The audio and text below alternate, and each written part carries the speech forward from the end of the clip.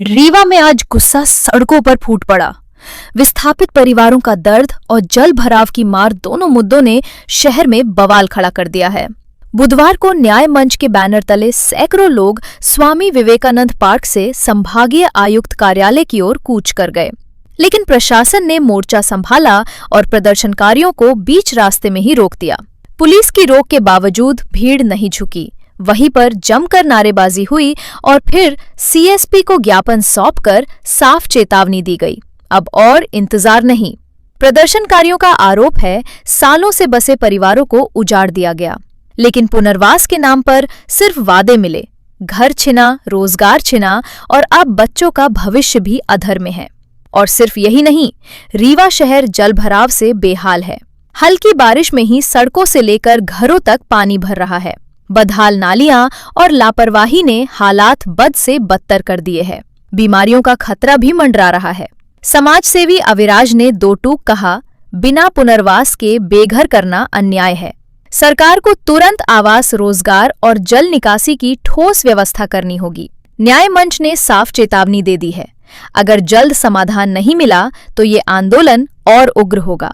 निश्चित रूप से हम आम जन की समस्याओं को लेकर लोकतांत्रिक तरीके से, संवैधानिक तरीके से हमने स्वामी विवेकानंद पार्क से प्लाजा होते हुए संभागीय आयुक्त महोदय को हमने ज्ञापन सौंपना चाहा, लेकिन कुछ कारणों की वजह से हमें पुलिस प्रशासन ने रास्ते में रोका। उन्होंने कुछ ऐसे इश्यूज बताए कि वहां बैठक चल रही है वगैरह और कुछ भी।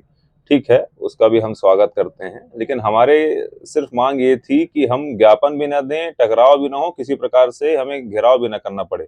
लेकिन अगर शहर की जनता किसी प्रकार से मुसीबत में है, परेशानी में है, हमारा घेराव और ज्ञापन का मुख्य उद्देश्य ये था कि शहर के विभिन्न क्षेत्रों में जो विस्थापित जनों को, जो कुछ दिन पूर्व जब विस्थापित किया गया था, तो उनसे कुछ बातें की गई थी कि उनको उचित सर्वे कराकर या तो मुआवजा या उनको आवास दिलाए जाएंगे, जो कि अभी तक उनके चीजें पूरी नहीं हुई है। कई लोग ऐसे हैं जो मुझे जानकारी मिली जो 50, 60, 70 वर्ष से वहां पे रह रहे हैं, उसके बावजूद उनके लिए कोई उचित मुआवजा या आवास आवंटन नहीं किया गया। और शहर के विभिन्न क्षेत्रों में जो जल भराव जैसी स्थिति बन जाती है, 1 घंटे की बारिश भी होती है तो शहर के हृदय स्थल कॉलेज चौराहा, सिरमौर चौराहा, पीटीएस, साईं मंदिर के पास आप देख सकते हैं कि तालाब बन जाता है। उसके साथ साथ शहर की कई ऐसी बस्तियां हैं जिनमें नालियों का अभाव है।